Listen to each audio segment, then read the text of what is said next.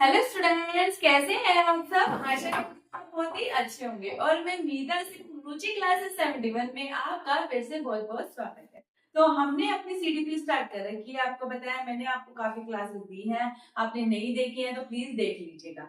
आज मैं आपको क्या कराऊंगी, आज मैं आपको कराऊंगी यहाँ पर हमारे मनोविज्ञान के संप्रदाय। मनोविज्ञान के हमारे संप्रदाय कौन कौन से हैं और इससे हमारे क्वेश्चन बहुत बनते हैं। मेन चीज आते हैं, संस्थापक पूछ लेते हैं कि इसके समर्थक कौन थे, किसने किया था, तो इससे यहाँ पर हमारे क्वेश्चन बनते हैं। तो चलिए आज फर्स्ट नंबर की बात करूंगी मैं आपसे, किसकी। फर्स्ट नंबर पे आता है हमारा संरचनावाद। संरचनावाद यानी कि स्ट्रक्चरलिज्म, इसे क्या बोलते हैं, संरचनावाद। संरचनावाद का आपको ये पूछा जाता है जो सबसे पहले हमारे संप्रदाय, इसे सबसे पुराना संप्रदाय भी कहा जाता है क्योंकि ये सबसे पहला था, इसीलिए इसे क्या कहते हैं, सबसे पुराना संप्रदाय भी हम कहते हैं। तो देखिए क्या था, यह मनोविज्ञान का सबसे पहला संप्रदाय है। ठीक है, अगर आपसे पूछे मनोविज्ञान का पहला संप्रदाय कौन सा है तो वो है हमारा संरचनावाद। कौन सा है हमारा, वो है हमारा संरचनावाद। देखिए संस्थापक की अगर मैं आपसे बात करूं तो विलियम वुंड इसके संस्थापक है। अगर विलियम वुंड ना हो तो टिचनर आपको आप लगाएंगे। टिचनर जो क्या थे, इनके शिष्य थे। टिचनर किसके शिष्य थे, टिचनर शिष्य थे हमारे विलियम वुंड के। वैसे संस्थापक यहाँ पर विलियम वुंड जी माने जाते हैं, लेकिन अगर आपको ऑप्शन में ना हो तो यहाँ पर टिचनर आप लगाएंगे, यानी कि दोनों ही है हमारे विलियम वुंड और टिचनर यहाँ पर क्या है, दोनों ही माने जाते हैं। बात करते हैं विधि, इसमें किस विधि का यूज किया जाता है। देखिए संरचनावादी थे, ये क्या करते, चेतना के बारे में बात करते थे। संरचनावादी किसके बारे में बात करते थे, चेतना के बारे में, जो क्या होती है, जो हमें दिखाई नहीं देती है। और यहाँ पर इसका क्या होता है, स्वीकार क्यों नहीं किया है, क्योंकि जो चीज हमें दिखाई नहीं देती है उसके बारे में आप कैसे जान सकते हैं। ठीक है, चलिए बात हुई यहाँ पर विधि। इसकी विधि कौन सी मानी जाती है, हमारा ये क्वेश्चन आंसर यहाँ पर अंतर निरीक्षण करके चेतना का विश्लेषण करना। इसकी विधि क्या है कि अंतर निरीक्षण करते हैं, मतलब सामने से आपको कुछ नहीं दिखाई दिया, अंतर की भावना का बात की गई है। अब अंतर की भावना किसने किसकी देखी है ऐसा तो पता नहीं चलती, हम जो भी देखते हैं बाहर की कोई चीज दिखाई देगी आप उसमें ही प्रयोग करेंगे, अंदर की चीज का क्या पता चलेगा आपको। तो यहाँ पर ये बताया गया कि विधि क्या है, अंतर निरीक्षण करके चेतना का विश्लेषण किया जाता है। चेतना दिखाई नहीं देती जबकि, इसीलिए यहाँ पर क्या होता है, इसे नहीं माना गया था।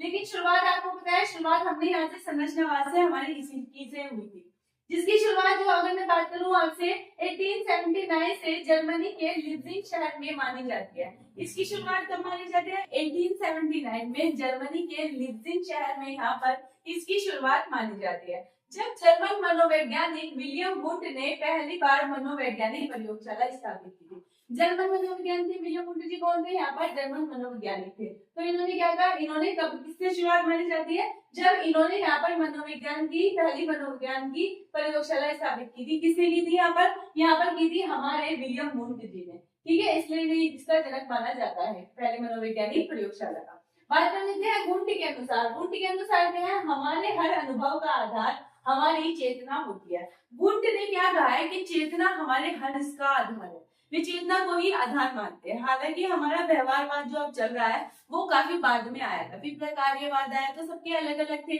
सबकी सोच अलग है, आपको पता है। लेकिन यहाँ पर यार इस चीज को ये अच्छे से प्रूव नहीं कर पाए कि चेतना का जो आप अंतर निरीक्षण कर रहे हैं क्या वो ठीक है, कैसे वो हो सकता है, तो इस बात से सेटिस्फाई नहीं हो पाए थे सब। तो यहाँ पर पता है आपको, जो चीज ज्यादा जिससे बंदा ज्यादा हो जाए, मतलब ज्यादा लोग जिससे सेटिस्फाई हो जाएंगे वही चीज हमारे प्रयोग में आएगी। तो यहाँ पर इसीलिए ये क्या कहते थे, कहते थे चेतना की संरचना के 3 अंग होते हैं। ये बताते हैं कि जो चेतना की संरचना है ना उसके हमारे 3 अंग होते हैं। और 3 अंग कौन से होते हैं, एक तो होती है हमारी संवेदना जिसे सेंसेशन बोलते हैं।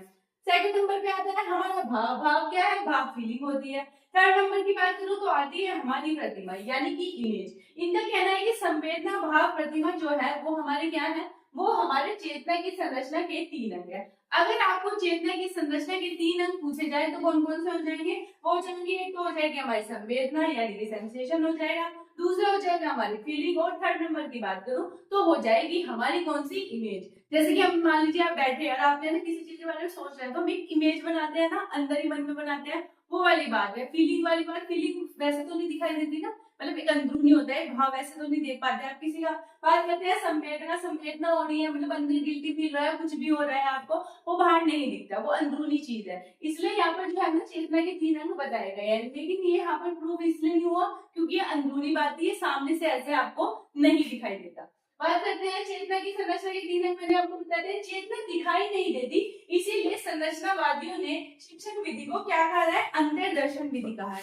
यानी कि बाहर से नहीं, ये अंतर्दर्शन विधि कहलाई। कौन सी विधि कहलाई है, अंतर्दर्शन विधि कहलाई, क्योंकि इसका ना अंदरूनी ये फील कर सकते हैं, आपको होता है भाव होता है वो अंदर से होता है। इमेज और इमेजिनेशन का मतलब ही क्या है कि आप इमेजिन करते हैं कोई भी चीज अपने मन में कि अच्छा वो ऐसा होगा या ऐसा है। कोई भी चीज जैसे आप कहीं जा रहे हैं, आपको किसी थोड़ा उसके बारे में बता दिया तो क्या करेंगे आप, इमेज बना लेंगे अपने माइंड में। तो यहाँ पर ये ना चेतना से रिलेट करती है। बट क्या हुआ, चेतना को इन्होंने अच्छे से प्रूव इसलिए नहीं कर पाया क्योंकि यहाँ पर कोई सामने से आप ये नहीं बता सकते। देखिए आपने इमेज बना ली अपने माइंड में, आपको पता है इमेज कैसे है, मैं सामने से कैसे बता दूं कि आपने क्या ही आपके माइंड में, आपने कैसी इमेज बनाई है किसी।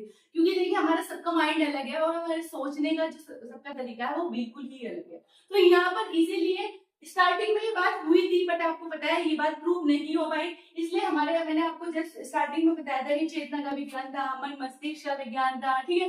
लास्ट में क्या है, हमारा व्यवहार का विज्ञान है। व्यवहार को देख सकते हैं, इसीलिए आज भी हमारा व्यवहार का विज्ञान ही चल रहा है। तो देखिए एक बार रिपीट कर लेते हैं। संरचनावाद सबसे पहले अगर आपसे पूछे कौन सा प्रकार माना जाता है तो आएगा हमारा संरचनावाद। बात करते हैं, यह मनोविज्ञान का पहला संप्रदाय माना जाता है और इसे ही मनोविज्ञान का सबसे पुराना संप्रदाय भी आप कह सकते हैं। संस्थापक की बात करूं तो यहाँ पर विलियम वुंट जी है या फिर टिश्नर आ सकते हैं, क्योंकि टिश्नर जी थे जो वो इनकी क्या थे, वो इनके शिष्य थे। अगर विधि की बात करें, किस विधि का प्रयोग किया है तो अंतर्निरीक्षण करके चेतना का विश्लेषण हम कर सकते हैं। चेतना का विश्लेषण अंतर्निरीक्षण से कर सकते हैं, बाह्य रूप से हम नहीं कर पाएंगे। जिसकी शुरुआत हमारे 1879 में जर्मनी के लिप्जिग शहर में मानी जाती है। कहाँ, जर्मनी के लिप्जिग शहर में मानी जाती है। ये मोस्ट इंपोर्टेंट है, ये काफी बार आपको क्वेश्चन में देखने के लिए मिल जाता है। जब जर्मन मनोवैज्ञानिक विलियम वुंट ने पहली बार मनोवैज्ञानिक प्रयोगशाला की स्थापना की, तब उन्होंने इसके बारे में बात की थी। किसके बारे में, संरचनावाद के बारे में। वुंट के अनुसार हमारे हर अनुभव का आधार, वे कहते हैं वो हर अनुभव का आधार अपनी चेतना को ही मानते थे। मतलब उनका मानना था कि चेतना ही सब कुछ है, इसलिए उन्होंने ये वाला बात कही थी। चेतना की संरचना में उन्होंने 3 अंग भी बताया। उन्होंने कहा संवेदना होती है, सेंसेशन होता है, फीलिंग होती है और हमारी इमेज होती है। बात कर लेते हैं, यहाँ पर चेतना नहीं दिखाई देती, इसी कारण उन्होंने क्या कहा है, इसी कारण इन्होंने इस विधि को अंतर्दर्शन विधि कहा है। तो ये था हमारा संरचनावाद। इससे नेक्स्ट वीडियो में आपको प्रकार्यवाद बताऊंगी और जो जितने भी इसके संप्रदाय और टोटली बताऊंगी। इससे क्या होता है, इससे हमारे काफी क्वेश्चन बचते हैं। तो आज की वीडियो इतनी ही। प्लीज बताइए वीडियो कैसी लगी। मिलती हूँ मैं आपसे नेक्स्ट वीडियो में। Thank you.